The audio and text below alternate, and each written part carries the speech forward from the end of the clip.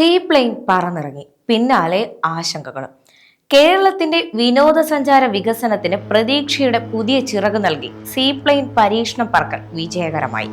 കൊച്ചി ബോൾഗാട്ടി പാലസിനടുത്ത് കായലിൽ നിന്ന് പറന്നുയർന്ന സീപ്ലെയിൻ ലക്ഷ്യസ്ഥാനമായ മാട്ടുപ്പെട്ടിയിൽ 1 മണിക്കൂറിനകം ലാൻഡ് ചെയ്തു.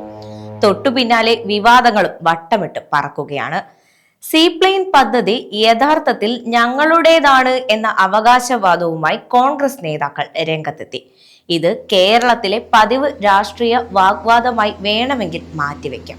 പക്ഷേ ഇതിനൊപ്പം കൂടുതൽ ഗൗരവമുള്ള മറ്റു ചില ആശങ്കകൾ കൂടി സീപ്ലെയിന് മുകളിൽ വട്ടമിട്ട് പറക്കുന്നുണ്ട്.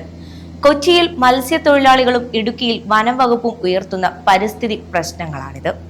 മാട്ടുപ്പെട്ടി ഡാം ആനത്താരയുടെ ഭാഗമാണ്. ഇവിടെ വിമാനമിറങ്ങുന്നത് ആനകളിൽ പ്രകോപനം സൃഷ്ടിക്കുമെന്നാണ് വനം വകുപ്പിന്റെ മുന്നറിയിപ്പ്. റൂട്ട് അന്തിമമല്ലെന്നും ആവശ്യമായ ചർച്ച നടത്തി ആശങ്കകൾ പരിഹരിക്കുമെന്നുമാണ് ടൂറിസം മന്ത്രി മുഹമ്മദ് റിയാസ് ഇതിന് നൽകുന്ന മറുപടി. കൊച്ചി കായലിൽ നിരന്തരം വിമാനമിറങ്ങുന്നത് മത്സ്യലഭ്യതയെ ബാധിക്കുമെന്നാണ് മത്സ്യബന്ധന മേഖലയിൽ പ്രവർത്തിക്കുന്നവരുടെ ആശങ്ക.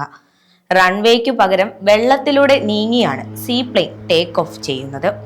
വെള്ളത്തിൽ തന്നെയാണ് ലാൻഡിങ്ങും.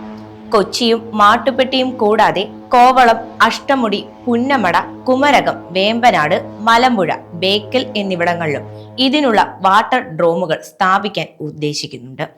സീപ്ലെയിൻ സർവീസ് ആരംഭിക്കുന്നതിലൂടെ വിവിധ വിനോദസഞ്ചാര കേന്ദ്രങ്ങൾ കോർത്തിണക്കിയുള്ള പാക്കേജ് അടക്കം വലിയ സാധ്യത തുറക്കുമെന്നാണ് ടൂറിസം വകുപ്പിന്റെ പ്രതീക്ഷ.